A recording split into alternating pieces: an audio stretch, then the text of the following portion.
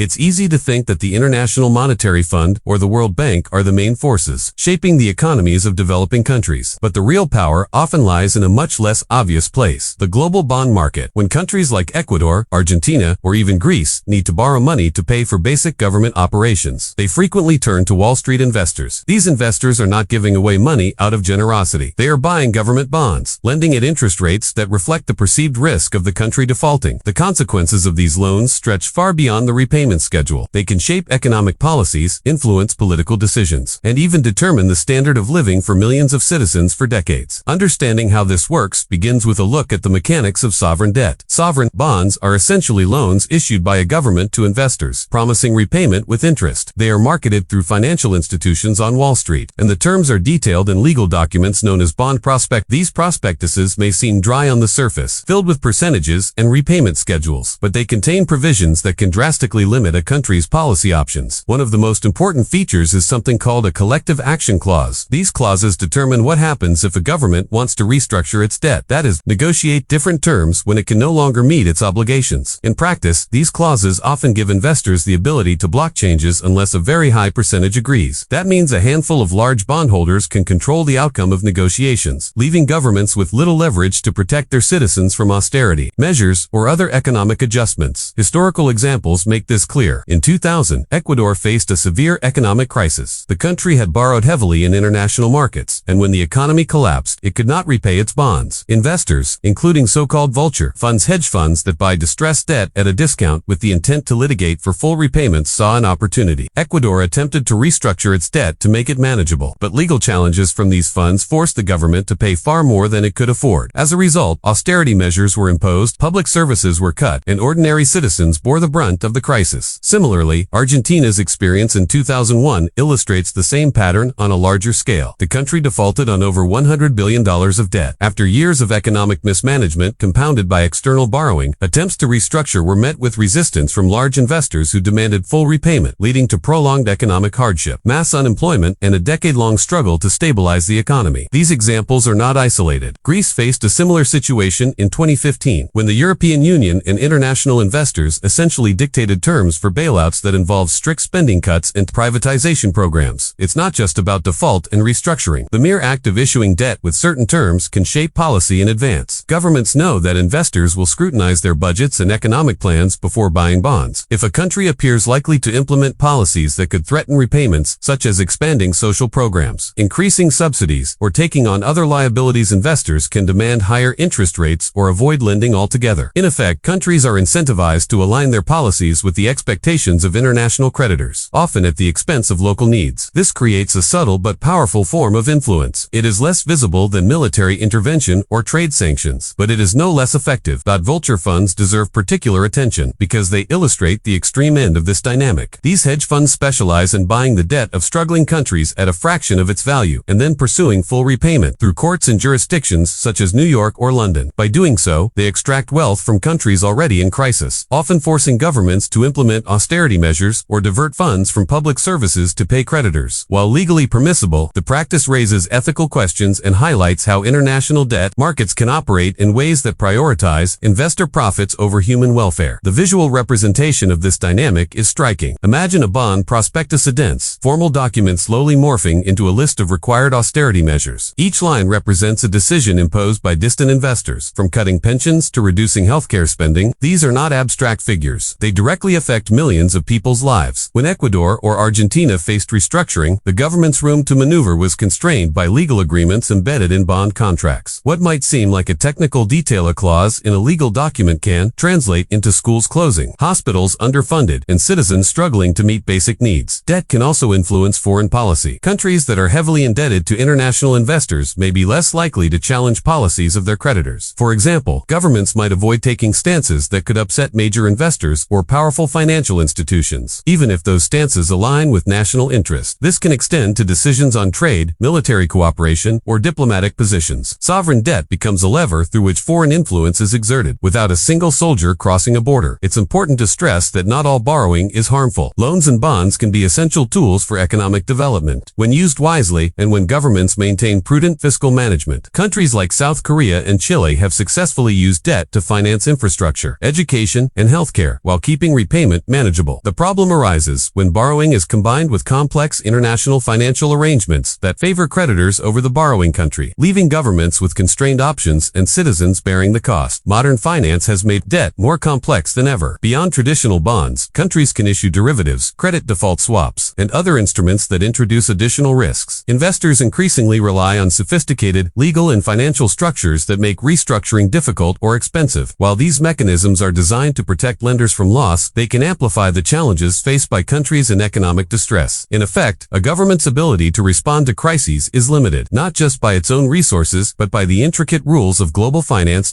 It's also worth noting that the narrative that poor countries are mismanaged is often overstated. While corruption and inefficiency exist, the constraints imposed by external debt markets can exacerbate problems that might otherwise be manageable. Economists have repeatedly observed that countries under heavy debt pressure often implement harsh austerity measures not because they are ideologically committed to them, but because legal and financial obligations leave no practical alternative. This makes the bond market a silent but potent actor in global governance. Even in the United States, the dynamics are subtle but present. Decisions on foreign aid, sanctions, and trade policy are sometimes influenced by concerns about the financial stability of partner nations. When Wall Street controls the terms of lending, those financial interests can indirectly shape international relations. Economists and political analysts have long debated the implications, noting that reliance on external debt can shift sovereignty from domestic governance to distant investors and legal courts. For viewers interested in the human impact, the story is often grim. Citizens of countries trapped in these arrangements experience declining wages, reduced access to healthcare and education, and rising social unrest. In Argentina, the 2001 default led to widespread protests, bank freezes, and a political crisis. In Ecuador, the 2000 crisis forced the government to cut essential public services, impacting nutrition, healthcare, and education for millions. Even in Greece, austerity measures imposed in the wake of the European debt crisis resulted in unemployment rates exceeding 25%, widespread poverty, and a generation facing uncertain prospects. These consequences are not inevitable. They are the direct result of the structures embedded in sovereign debt agreements.